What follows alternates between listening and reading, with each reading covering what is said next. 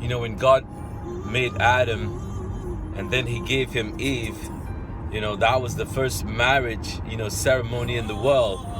And God loves marriage so much, he relates it directly to our relationship with himself, you know.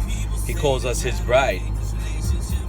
And so marriage is so important that it's the foundation of family, and family is the foundation of the world. And God created us because he wanted a family. He died to save that family. And so we have to protect that family, that marriage. You know, without marriage, there is no family. Without marriage, there is no world. There is no life. There is no fruit. There is no multiplication. You know, it takes that union of marriage between a man and a woman to create life. And whatever does not create life creates death. And so, you know, so many times we, as married people, we can walk away from our marriages for years and years. And you can look on the news and, you know, you can read the paper and you can see people getting divorced that have been married 20 years, 30 years, you know, 15 years, 10 years, whatever the number. And they're walking away from marriage not because they're cheating on each other or they're being abusive to one another physically, but they're walking away because they're saying to each other, we've grown apart. Well, that's a lie.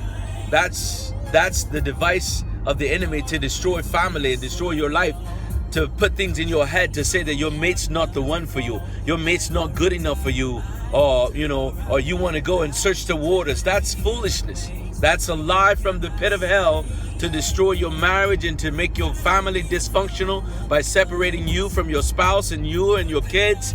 That's not the way God wanted. God said, I hate divorce. I hate divorce. And the only reason that you should ever consider divorce is if someone is being unfaithful in the marriage, which that could bring in now disease. If you notice, and I don't know why single people don't notice, but married people do not have sexual diseases, because marriage is the covenant for which sex was made. Sex is the benefit of marriage. It is not a privilege for single people.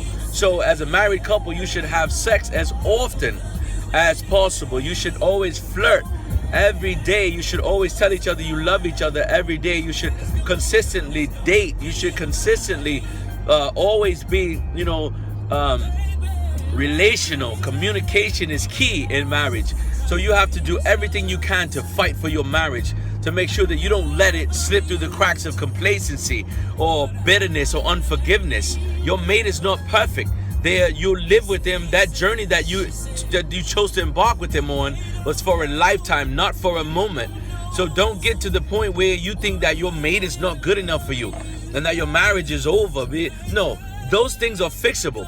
Anything is fixable. That's why we have marriage counseling.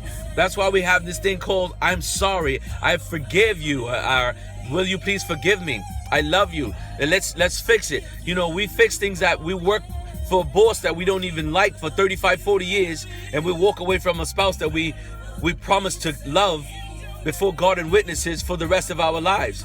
How do we get that mixed up? Hey guys, let's stay together.